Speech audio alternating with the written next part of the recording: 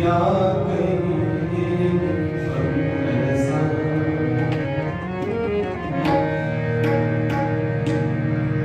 मांग में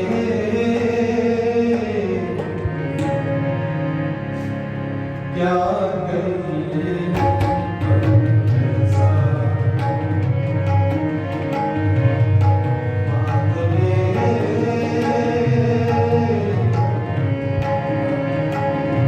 क्या कहिए सब ऐसा, जैसा मांगे होवे न तैसा, जैसा मांगे होवे न तैसा, मांग में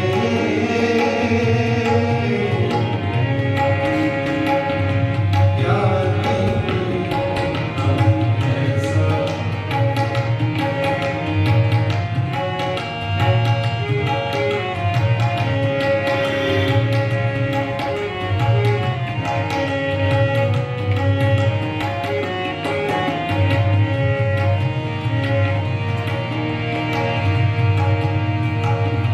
जब हम होते तब तुम आए, अब तुम ही रहना।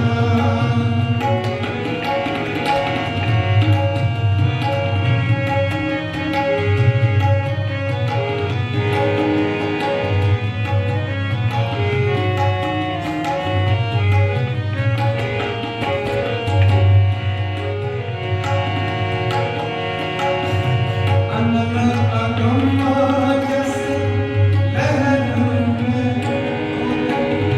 जल के मन जब आई,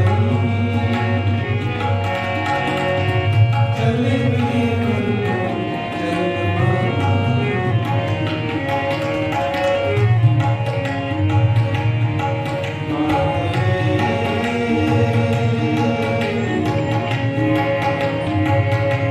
जब सभी का इस मंडूर नगरी में हार्दिक स्वागत और अभिनंदन है। धन्यवाद जी आपको। ये जिस स्थान पे आप सब बैठे हैं, ये स्थान बहुत ही पवित्र भूमि है। जैसे आप किसी भी गुरु दरबार में आप जाते हैं जी तो आपको सिर्फ और सिर्फ गुरु रविदास महाराज की प्रतिमूर्ति का दर्शन करने को मिलता है, जी लेकिन यहाँ इस मंडूर नगरी में गुरु रविदास महाराज जी के साथ साथ गुरु रविदास महाराज जी के माता पिता जी का भी दर्शन करने को मिलता हाँ पहली बार देखा। है। जी ये जो है जो स्थान, ये गुरु रविदास महाराज जी के माता पिता जी का घर है, जिसको हम मांडूर नगरी कहते हैं। जैसे गुरु जी ने अपने शब्दों में अपने रहने के स्थान के बारे में स्वयं बोले कि काशी डिंग मांडूर स्थाना शूद्र वरण करत गुजराना, मांडूर नगर में लीन अवतारा रविदास शुभ नाम हुआ। कहने का अर्थ ये है कि काशी में एक ऐसा स्थान जहाँ पे शूद्रों की बहुत बड़ी आबादी निवास करती है, जिसको हम मांडूर नगरी कहते हैं, जहाँ पे मेरा जन्म हुआ और मेरा नाम रविदास हुआ। आज भी जो अभी बुजुर्ग आपको प्रसाद दे रहे थे, वे उस दाई के परिवार से हैं जो धम्मो दाई थी, वाह जी जो गुरु रविदास महाराज को पैदा कराई थी। आज भी उनका परिवार सिर्फ बच्चे पैदा कराने का काम ही करते हैं, वो दाई का काम आज भी उनके परिवार के लोग करते हैं। जब मैं जन्म स्थान के बारे में बात करता हूँ तो थोड़ा से आप सबके मन में एक मतभेद उत्पन्न होता होगा कि जहाँ आप ठहरे हैं जी वहाँ भी जन्म स्थान लिखा हुआ है। थोड़ा सा और आगे बढ़ेंगे आप आदि धर्म मिशन, वहाँ भी लोग जन्म स्थान के बारे में कहेंगे कि जन्म स्थान। आप इस मंडूर नगरी में आए हैं, यहाँ भी आपको जन्म स्थान सुनने को मिल रहा है। भाई गुरु जी तो एक हैं, जी जन्म स्थान अनेक हैं, जी तो थोड़ा सा मन में मतभेद उत्पन्न होना जाहिर सी बात है कि मतभेद होता है हाँ। कि अभी गुरु जी का वास्तविक जन्म स्थान है क्या। जी तो मैं थोड़ा सा पीछे होना चाहूँगा अपनी बात को लेकर के कि जब गुरु रविदास महाराज जी की शादी हुई माता लोना जी के साथ, जो गुरु रविदास महाराज का ससुराल छोटे मिर्ज़ापुर में बंदरगाह के पास स्थित है, तो हमारे यहाँ एक पहले प्रथा चलती थी गौना, जिसको बोला जाता है गौना। आपके यहाँ लोग मकलावा का रूप दिया जाता है आ जाए गौना ठीक और हमारे यहाँ उसको गौना का रूप दिया जाता है। जब गुरु रविदास महाराज जी की शादी माता लोना जी के साथ, तो पहले तो शादियाँ बचपन में ही करा दिया जाया करती थी। जब शादी हुई तो 7 साल का गौना रोका गया, और रोकने के बाद जब गुरु रविदास महाराज जी अपनी धर्म पत्नी को लेकर के, माता लोना जी को लेकर के इस मंडूर नगरी में आए, तो जो गुरु रविदास महाराज जी का स्वभाव था वो पहले जैसा ही था, वो संतों की सेवा करना और प्रभु भक्ति में लीन रहना। उनके स्वभाव को जब उनके माता पिता जी ने देखा तो बहुत तकलीफ़ हुआ उनको, और क्यों न होता, हर माता पिता जी को ये बात तकलीफ़ होगी कि उनके संतान का, जिसका शादी भी हो चुका है, परिवार भी आ गए हैं, अगर ये संतों की सेवा करना और लोगों की मदद करना ऐसे ही करते रहेंगे तो ये अपने परिवार का भरण और पोषण कैसे करेंगे। जी। ये सोचकर गुरु रविदास महाराज जी के माता पिताजी ने गुरु रविदास महाराज जी को उनकी धर्म पत्नी सहित अलग कर कि आप अलग रह करके अपने परिवार का भरण पोषण करें। तब गुरु रविदास महाराज जी यहाँ से वहाँ जहाँ आप ठहरे हैं इमली के पेड़ के नीचे, वे वहाँ अपने कर्म को करने के लिए जाया करते थे, अपना व्यवसाय करने के लिए जाया करते थे। आप वो, क्योंकि वहाँ बहुत बड़ा बाजार लगता था। आप अभी वहीं पे देखेंगे थोड़ी दूर पे वो शाही नाला आज भी है, जहाँ से लोगों का, राजाओं का आना जाना लगा रहता था वहाँ रसद सामग्री लेने के लिए। आप वहीं सिर गोवर्धनपुरा जहाँ इमली के पेड़ है, वहीं से आप देखेंगे थोड़ी ही दूर पे गढ़वा घाट भी है और गंगा घाट भी है। पहले तो आपको एक बात बता देना चाह रहा हूँ कि घाट के किनारे हमारे लोगों को बसने का अधिकार नहीं था। जब भी था हमारे लोगों को अधिकार तो दक्षिण दिशा में था, जहाँ से पूरब और पश्चिम की जब हवा भी चले तो हमें छू करके न जाए, ऐसा अधिकार हम लोग को मिला था। घाट के किनारे हम लोग को रहने का अधिकार नहीं था। जहाँ इमली के पेड़ है वहीं से थोड़ी दूर पर देखेंगे आप गढ़वा घाट भी है और 80 घाट भी है। जो अन्य जाति के लोग हुआ करते थे, ब्राह्मण हुआ करते थे, जो भी अन्य जाति को, उच्च जाति के जो लोग हुआ करते थे, वे लोग जाया करते थे गंगा स्नान करने के लिए। जब स्नान करके जब वापस लौटते थे तो वहीं बाजार से ही अपने ज़रूरत की वस्तुएं खरीदते हुए, अपने जोड़े को गटाते हुए अपने अपने घर की तरफ चले जाया करते थे। अब बाबा साहब के ही समय में आप देख लें कि लोग चमारों को देखना तक पसंद नहीं करते थे, उनकी लोग परछाई से दूर भागते थे, तो वो अपने कार्य को कराने के लिए इस चमरवाड़ी में कैसे आएंगे, नहीं आते थे। जब आप मेन जीटी रोड से जब आप अंदर की तरफ आए होंगे, वहाँ से अपनी कौम शुरू होती है, अपनी बिरादरी चमार कौम की। ये चारों तरफ अपनी ही बिरादरी बसी हुई है। ये काशी में सबसे बड़ी आबादी चमार कौम की ये मंडूर नगरी है, इससे बड़ी आबादी और कहीं आपको नहीं मिलेगी। मैं और थोड़ा सा पीछे लेने जाना चाहूँ, मैं इस बात को लेके जा रहा हूँ कि जब आप मेन जीटी रोड पे जब आप अंदर जब टर्न किए होंगे तो मेन जीटी रोड पर ही एक विशाल पीपल का पेड़ होता था, जो पेड़ का अस्तित्व आज भी है, जो कि भारत सरकार ने अब कटवा दिया। थोड़ा बहुत पीपल का पेड़ का अस्तित्व आज भी आपको जब जैसे ही रोड के जब मेन जीटी रोड पर आएंगे इस गली से निकल करके, वही सामने ही पीपल का अस्तित्व दिखेगा थोड़ा। उस पीपल के पेड़ के नीचे एक चमड़े का ढोल रखा जाता था और वहीं पर एक मिट्टी का मटका रखा जाता था जो छेद किया हुआ होता था। ढोल इसलिए रखा जाता था कि जब वो 2 बार ढोल पीटते थे तो हमारे लोगों को ये एहसास हो जाता था, ये मालूम हो जाता था कि कोई अन्य जाति का बंदा इधर से गुजरने वाला है, तो वे अपने अपने आप को अपने अपने घरों में छुपा लिया करते थे। और जब 5 बार ढोल बजता था तो हमारे लोगों को ये मालूम हो जाता था कि किसी अन्य जाति के घर कोई पशु मर गया है, उसको लेने जाना है, उसे उठाने जाना है। अब कैसे लेने जाना, उठाने जाना है, उसमें भी एक नियम होता था कि जो एक छेद किया हुआ मटका होता था, उस मटके में लोग पानी भर देते थे। जब पानी भर देते थे तो पानी नीचे से गिरता था, तो एक पानी की धारा की निशानी बनाते थे, ढोल से लेकर के उस मरे हुए पशु के घर तक एक धारा की पानी की निशानी बना देते थे, ताकि जब हमारे लोग जाएं उस मरे हुए पशु को उठाने के लिए तो ऊपर देख करके, अपनी निगाह को ऊपर देख करके न देखें, वो नीचे ही ज़मीन को देखते हुए, उस पानी की धारा को देखते हुए उस घर तक पहुंचते थे जिस घर में पशु मरा होता था। वो पशु को उठाते थे, कंधे पर जब ला करके लाते थे तो उसमें भी एक नियम था कि जब पशु को कंधे पे उठाते थे तो उनकी पूंछ जमीन पे लटक जाती थी, तो उसके पूंछ में एक कटीलीदार झाड़ियाँ बांधी जाती थी, ताकि जब हमारे लोग पैदल जब वो आगे बढ़े तो उनके जो पैर के निशान, जो पाँव के निशान जो ज़मीन पे पड़ते थे, वो कटीलीदार झाड़ियों की रगड़ से वो मिटते हुए चली, ताकि वो हमारे जो पैरों के निशान है वो भी ख़त्म हो जाए। वो ढो करके मरे हुए पशु को लाते थे और ला करके यहीं पे आधा किलोमीटर की दूरी पर वो स्थान भी है, बतावा नदी है, जहाँ चमड़े छिलने का काम और चमड़े रंगने का काम किया जाता है। जैसे कहते हैं कि भाई पंजाब 5 नदियों के नाम पे बसा हुआ है, वैसे ही नाम पड़ा हुआ है, वैसे ही वाराणसी भी नदियों के नाम पे ही पड़ा हुआ है।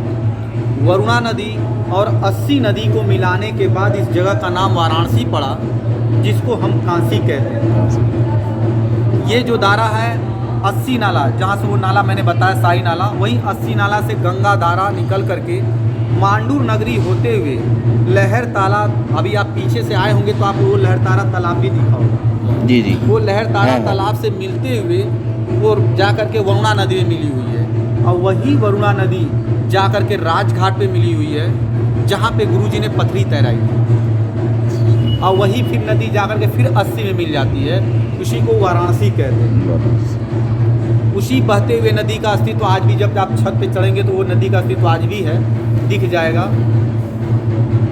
उसी नदी में एक बार एक हिरन की कहानी भी यहाँ से जुड़ी हुई है। जैसे जब बाल्य अवस्था होता था तो गुरु रविदास महाराज जी उस पेड़ के नीचे, जो सामने वो पेड़ है, नीम का पेड़ है, वो पेड़ आज भी उसी समय का है, उस पेड़ के नीचे जाकर के बैठा करते थे।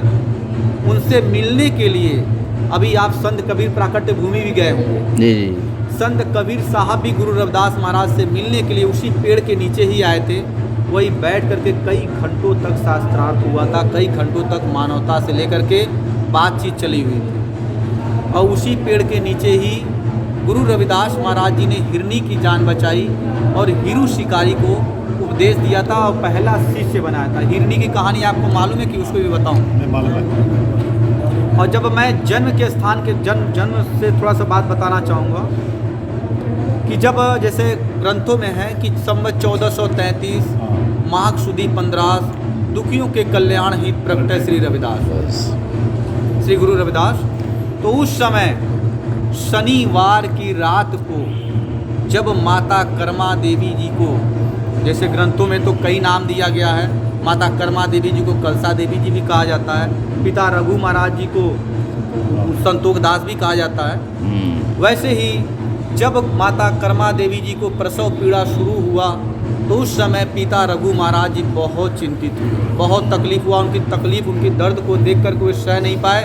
वो यहाँ से थोड़ी दूर पर, यहाँ से 150 मीटर की दूरी पर वो दाई का भी घर है, धम्मो दाई जिसका नाम है। वो रात के अंधेरे में जब जाते हैं, धम्मो दाई के घर के पास जाते हैं, जब घर की दरवाज़ा को पीटते हैं तो उस समय दाई कहती के आल है इतना देरी में, इतना रात के आला, का करे बसते आला, मतलब हमारे यहाँ का जो भाषा है उस समय का, कौन आया है इतनी रात, जी जी, क्या काम है। तो उस समय पिता रघु महाराज जी कहते हैं कि हे माई, हम तुम्हार पड़ोसी, मतलब हम आपके पड़ोसी रघु आए हुए हैं। उस समय दाई माँ कहती है कि क्या काम है इतनी रात को, काहे इला इतने राती के।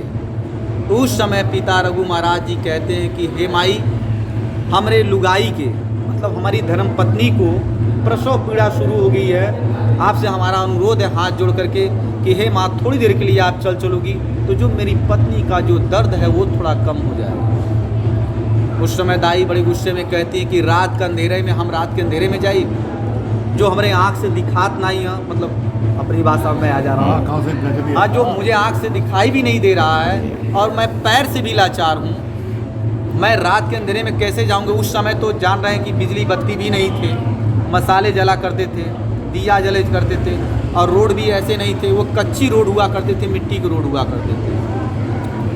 जब कहते हैं तो दाई कहते हैं ना, इस समय इतनी रात को हम नहीं जाएंगे, अगर हम गए कहीं गिर गए तो हमारी जीवन और भी खराब हो जाएगी, इसलिए हम तो नहीं जाएंगे रात के अंधेरे में।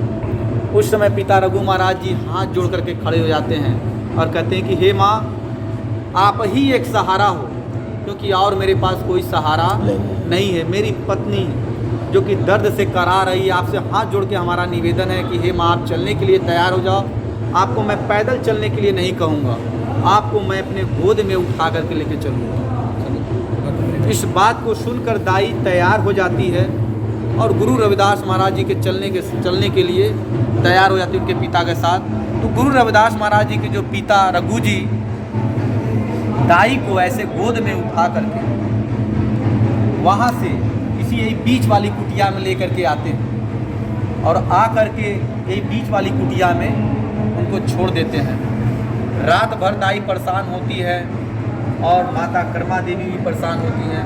और रविवार के दिन भोर में जब सुबह सुबह जैसे सूरज की किरणें होती है, उसी समय गुरु रविदास महाराज जी का जन्म होता है। जब इतनी पीड़ा, इतनी दर्द सहने के बाद जब गुरु रविदास महाराज जी को उनकी माता जब देखती हैं तो बड़े खुश होकर के अपने लाल को अपने हाथ में लेकर के कहती है कि मेरा बच्चा कितना सुंदर है, इसको किसी की नज़र ना लगे। जब ये बात दाई सुनती है तो दाई के मन में भी इच्छा होती है कि काश आज मैं भी कुछ थोड़ा देख पाती तो इस बालक को मैं भी देख पाती, क्योंकि मैं भी रात भर परेशान हुई हूँ इस बालक को पैदा कराने। जब कहती है, जब ये बात माता कर्मा देवी जी सुनती हैं तो वो धम्मो दाई से कहती कि हे माई, ये पहला लड़का तो आप कह, ओकरे बाद ही हमारा लड़का और इसके बाद मेरा ये लड़का है।